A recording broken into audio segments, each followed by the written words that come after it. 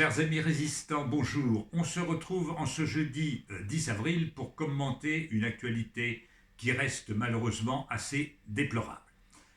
Il faut toujours dire de là où on parle. Or, je parle de l'écologie dans son acception biocentriste, c'est-à-dire l'arbre, l'animal et l'homme, le vivant. Le vivant qui intègre donc les humains dans cette immense compassion que mérite la vie, puisque malheureusement, le malheur n'a pas besoin qu'on lui tienne la main et que l'intelligence de l'homme devrait être mise au service du bien, c'est-à-dire du bon, c'est-à-dire de faire reculer ce qui est la souffrance et la mort pour tous les êtres vivants. Malheureusement, notre époque est une époque de régression éthique. J'ai connu dans ma jeunesse une génération ardente qui voulait une révolution sociale, qui ne rêvait que de justice, que de liberté, que d'émancipation, que d'égalité entre les races, entre les sexes, et de liberté, de liberté, de liberté. Et voilà une époque régressive, où law and order font la loi, où les mauvais sentiments jaillissent. Et on retrouve ça dans tous les domaines. Actuellement, les parlements, en France et en Europe, sont dominés par les forces d'argent, par la droite. Et cette droite voit dans l'écologie une activité punitive. Le zéro artificialisation nette, c'est-à-dire le fait de ne pas détruire la nature partout, est perçu comme pour les conservateurs comme une agression contre les forces d'argent qui veulent bétonner et asphalter.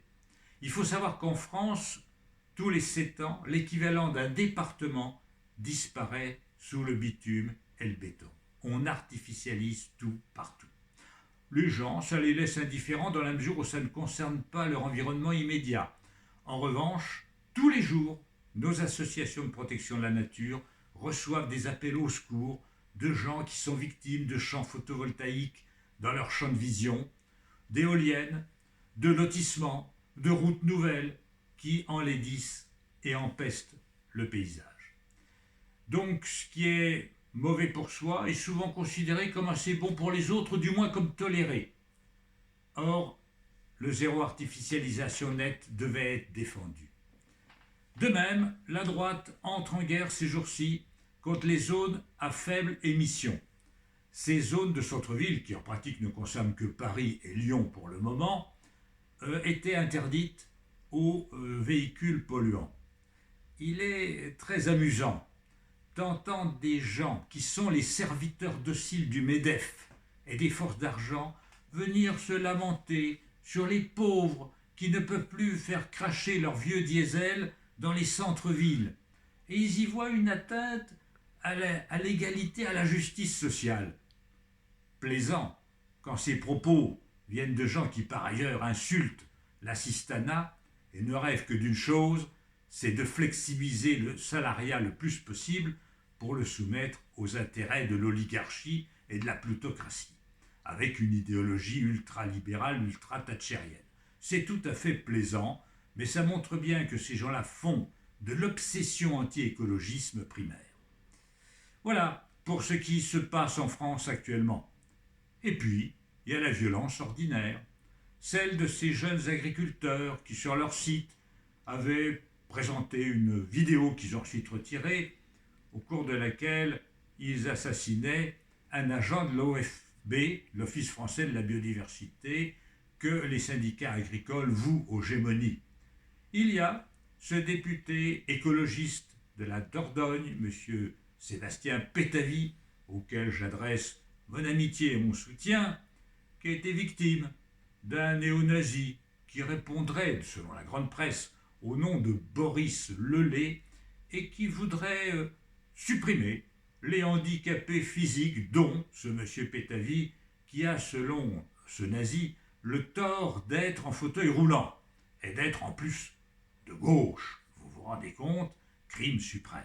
Donc, ce néo-nazi, sur son site, préconise, l'actionne, avec un K, que les Allemands d'Hitler avaient envisagé pour supprimer en son temps toutes les personnes handicapées. Voilà où nous en sommes actuellement.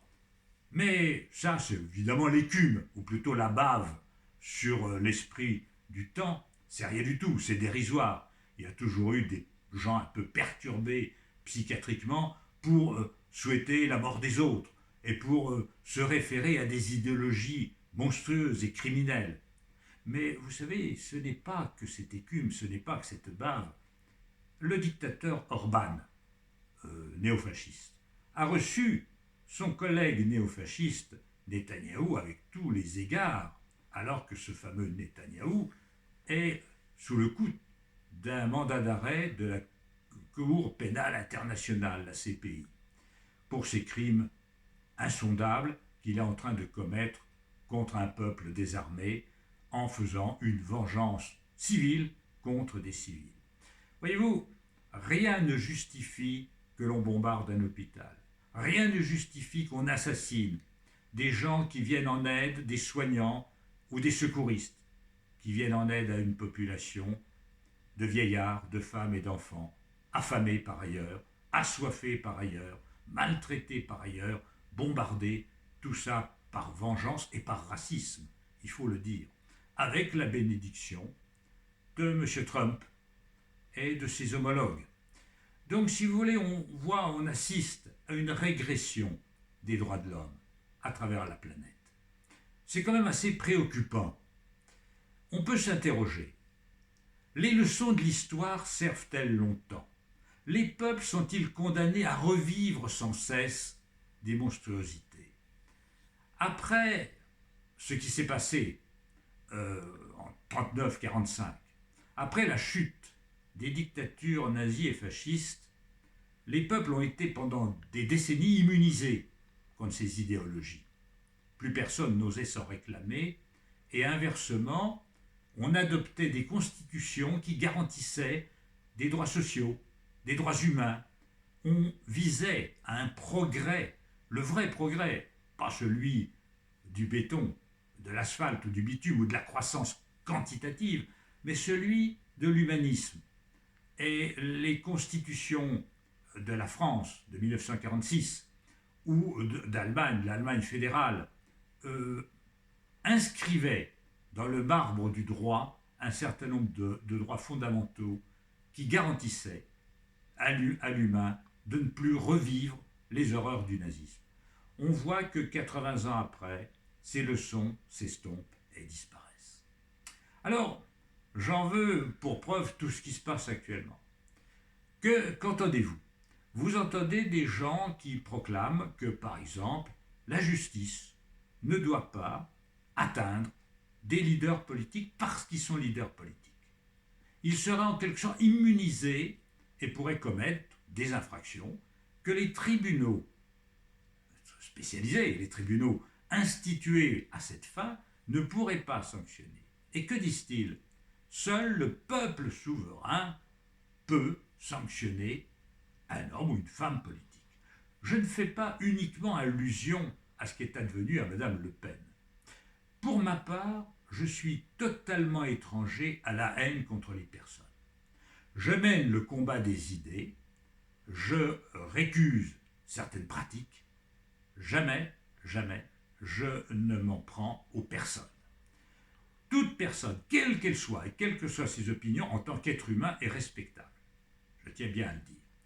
On ne condamne pas quelqu'un pour ses idées. On le condamne pour ce qu'il a fait lorsqu'il a commis des délits, et seuls des tribunaux institués à cette fin peuvent dire si quelqu'un est innocent ou coupable.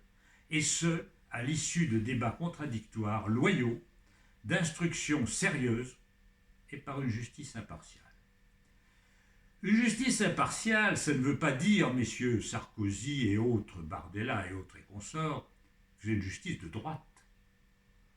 Un juge de gauche, un juge rouge, comme vous dites, peut être aussi bon juge qu'un juge bleu, blanc ou brun. Et un juge de droite peut être aussi bon juge qu'un juge de gauche, et vice-versa. Le juge est un être humain. Il ne vient pas de Sirius, il ne vient pas de Mars. Il a des opinions, oui, il a des opinions. Il va à la messe où il n'y va plus. Il va à la loge où il n'y va pas. Il va à la synagogue où il n'y va pas. Il est croyant au ciel, où il est athée, Il est de gauche ou il est de droite, il vote. Mais quand il est juge, il oublie ses convictions. Et il juge en impartialité. C'est ça un bon juge. Mais un juge peut être rouge, un juge peut être brun, un juge peut être blanc, un juge peut être bleu, un juge peut être vert. Peu importe, il a des opinions, bien sûr, parce que c'est un être humain. Mais il juge en impartialité. Donc, messieurs Sarkozy et autres, ne vous préoccupez pas si les juges qui vous jugent sont de gauche ou de droite. Vous souhaiteriez être jugé que par vos copains. C'est évident. Mais c'est pas ça la justice. La justice, c'est être jugé d'une manière impartiale. Impartiale. C'est-à-dire en partant des faits et en appliquant le droit. Or, ce que j'entends des fois me fait rire, même tant c'est grotesque, quand ces petits leaders qui sont pris la main dans le pot de confiture s'interrogent « Ah, le juge qui fait l'instruction est-il de gauche ?» On ne sait jamais. Ah, s'il était de gauche, vous imaginez. Hein? Et alors? Qu'il soit de gauche ou de droite, ça n'a aucune importance. S'il est honnête et s'il est impartial. Donc, j'en reviens à ce qui se passe, parce qu'actuellement, on en parle beaucoup. Il y a eu le jugement de Mme Le Pen. Il y a le jugement qui va sortir en septembre de Sarkozy pour l'histoire du financement ou non de sa campagne de 2007 par les fonds de Kadhafi. Bon, ça... Mais la question est de savoir ce qui a eu lieu. Si un délit a été commis, le leader politique de gauche ou de droite doit en répondre comme tout citoyen. Et le juge, qu'il soit de gauche ou de droite, doit sanctionner ou innocenter la personne qu'il a à juger en toute impartialité. Ça fait, pour ma part, bientôt un demi-siècle que je suis dans la magistrature. Et je dois dire une chose. La justice française est une justice honnête. Rares sont les magistrats en France qui se déterminent selon leurs convictions personnelles qu'ils ont et qu'ils ont le droit d'avoir, qu'ils ont même le devoir d'avoir. Mais quand on doit juger une affaire, on la juge avec impartialité. Or, les néofascistes n'acceptent pas la séparation des pouvoirs. Pour eux, le judiciaire est aux ordres de l'État. C'est le cas dans les régimes totalitaires. En Russie, quand M. Poutine veut se débarrasser de quelqu'un, il l'envoie devant ses tribunaux. Et les tribunaux, très docilement, vont condamner la personne ennemie du pouvoir à tant d'années de camp, et au nom de la corruption ou au nom du terrorisme. On a vu la même chose en Turquie il n'y a pas longtemps, avec le maire d'Istanbul, qui a été incarcéré pour corruption et terrorisme. Bon, ça sont les régimes totalitaires qui instrumentalisent la justice. Dans une démocratie, la justice doit être indépendante. Elle n'est pas là pour servir le pouvoir, elle ne rend pas des services, elle ne condamne pas les opposants parce qu'ils sont opposants, elle condamne, s'il y a lieu de condamner, les gens parce qu'ils commettent telle ou telle infraction. C'est ça la grande différence. Et donc, si vous voulez, ce n'est pas le peuple qui doit décider de la culpabilité d'une personne. Ce n'est pas le peuple qui doit décider si une personne est éligible ou non. D'ailleurs, le peuple, je vous ferai remarquer une chose, amis démocrates, et vous qui êtes tenants des droits de l'homme, le peuple, ça n'existe pas. Vous ne pouvez pas aller serrer la main du peuple français. Le peuple français, c'est tout le monde.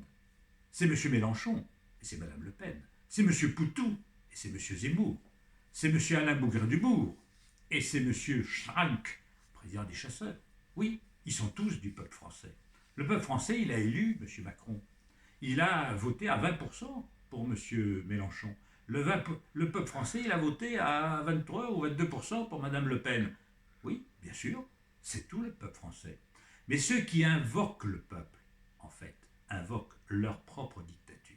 C'est-à-dire qu'ils disent, nous allons arriver au pouvoir parce que nous représentons 35% ou 40% du peuple français, on sera élu, on sera le peuple, et on sera dictateur. Parce que nous parlerons au nom du peuple. Non, vous ne parlerez pas au nom du peuple. Vous parlez au nom d'une fraction de l'opinion, qui est, vous savez, très fluctuante. Une année, c'est cela, et puis quelques années après, les élections donnent des résultats différents. Donc, mes amis, méfiez-vous de ceux qui parlent au nom du peuple qui n'existe pas. Parce qu'il n'y a pas un peuple américain, il n'y a pas un peuple français, il n'y a pas un peuple brésilien, il n'y a pas un peuple russe qui soit homogène, qui soit monolithique, qui ne pense que comme une seule personne. Non, le peuple, il est pluriel. Et ça, c'est une chance. Et ça s'appelle la démocratie. Et ça s'appelle les droits de l'homme. Voilà les réflexions que je voulais vous soumettre aujourd'hui.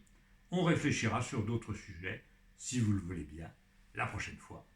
Et je remercie Isabella de pouvoir réaliser ces vidéos.